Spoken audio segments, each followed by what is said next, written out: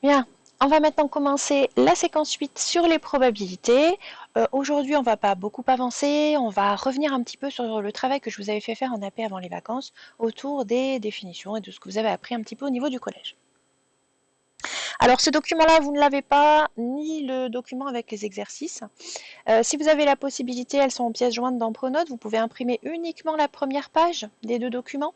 Sinon, vous travaillez sur une feuille de brouillon et vous aurez le temps de recopier la semaine prochaine lorsque je vous distribuerai les documents. N'imprimez surtout pas tout, je vais quand même vous les distribuer la semaine prochaine. Alors on y va pour la première partie, grand 1, vocabulaire des événements. Premièrement, univers, issu et événements. Alors là, où je dirais plutôt les premières définitions, reviennent un petit peu à ce que vous aviez travaillé à la maison. Ce qu'on appelle une expérience aléatoire, c'est une expérience dont on connaît tous les résultats sans savoir à l'avance celui que l'on obtiendra. Alors il faut savoir que les probabilités, donc c'est un domaine des mathématiques et c'est un domaine qui a été développé assez rapidement dans l'histoire de l'homme. Tout simplement, on a commencé à parler de probabilité quand on a commencé à jouer à des jeux et notamment à des jeux dans lesquels il y avait de l'enjeu, c'est-à-dire de l'argent. Donc dès qu'on a voulu parier sur des expériences aléatoires, justement, on a voulu savoir sur quoi il valait mieux parier pour être plus ou moins sûr de gagner. Donc c'est à partir de là que des mathématiciens se sont penchés sur ce grand domaine des mathématiques qui sont les probabilités. Alors aujourd'hui, les probabilités, ça ne sert pas seulement à gagner au loto, ça sert aussi à réfléchir à l'extension d'une pandémie, par exemple, hein, on est en plein dedans, on parle beaucoup de probabilités dans ces cas-là. Alors on revient sur les définitions, donc une expérience aléatoire c'est vu, un résultat possible d'une expérience aléatoire c'est ce qu'on appelle une issue. L'ensemble de toutes les issues possibles d'une expérience aléatoire, ça s'appelle l'univers. On le note souvent oméga, c'est une lettre grecque, c'est la lettre oméga majuscule. En tout cas, nous, on va le noter comme ça. Donc en fait, vous avez compris, une expérience aléatoire, c'est une expérience pour laquelle on sait exactement tout ce qu'il est possible d'arriver quand on va la faire, mais qu'on ne peut pas savoir à l'avance, laquelle des issues va sortir en fait. Donc ce qu'on appelle un événement, c'est une partie ou un sous-ensemble de l'univers. C'est maintenant la définition que l'on va utiliser. Un événement, c'est quelque chose qu'on va pouvoir noter avec une phrase et pour lequel on va pouvoir lister toutes les issues qui réalisent cet événement. On verra ça ensemble après sur des exemples. Ce qu'on appelle un événement élémentaire, c'est un événement formé d'une seule issue. Et lorsque le résultat de l'expérience aléatoire appartient à un événement, on dit que cet événement est réalisé.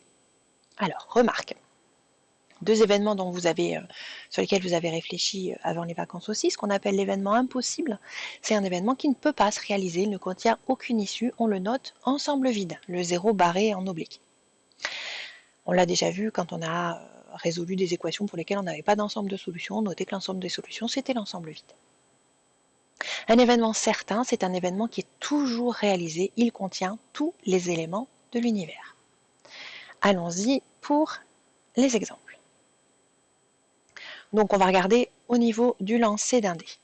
Si on lance un dé à 6 faces, on dit que c'est une expérience aléatoire. Pourquoi on dit que c'est une expérience aléatoire? Parce qu'a priori, quand on lance un dé, on ne sait pas laquelle des 6 faces va sortir, mais on sait que forcément, on va obtenir 1, 2, 3, 4, 5 ou 6.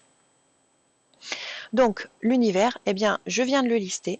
Vous mettez la vidéo en pause pour le noter. Donc, l'univers, comme on vient de le dire, est constitué des résultats possibles, des issues possibles, et lorsqu'on lance le dé, je peux obtenir 1, point virgule, 2, 3, 4, 5 ou 6. Donc l'univers, ça se note comme ça. Le grand oméga pour le nom de l'univers égale, et entre accolades, vous listez tous les résultats possibles avec la notation de votre choix. Donc moi j'ai juste noté le résultat du dé et vous séparez par des points-virgules. Donc schématiquement on fait comme ça, on fait une espèce de patate là. On note que c'est l'univers et à l'intérieur de l'univers on note tous les résultats possibles. Ça c'est ce type de diagramme, ça porte un nom, ça s'appelle diagramme de Venn.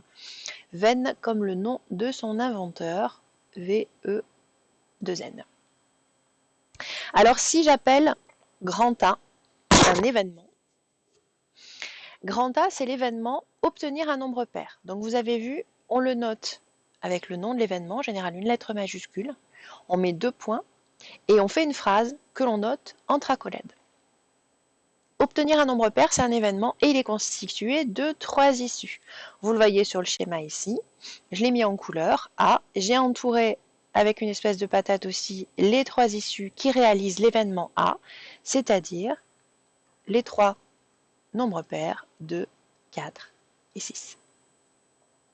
Si on effectue le lancer et que le résultat est 4, l'événement A est réalisé. Si on obtient 1, l'événement A n'est pas réalisé. Voilà en termes d'application de vocabulaire sur les exemples. On va aller maintenant, comme c'est noté là, partie exercice. Et on va chercher le premier exercice ensemble. Donc on tire une boule dans l'urne dont le contenu est illustré ci-contre. Donc vous avez une urne qui contient toutes ces boules. Vous voyez qu'elles ont des numéros et qu'elles ont des couleurs différentes. Quel est l'univers associé à cette expérience aléatoire lorsque, premièrement, on s'intéresse à la couleur de la boule. Deuxièmement, on s'intéresse au nombre inscrit sur la boule. Donc l'univers, je vous rappelle, hop, je vous remontre que ça se note oméga.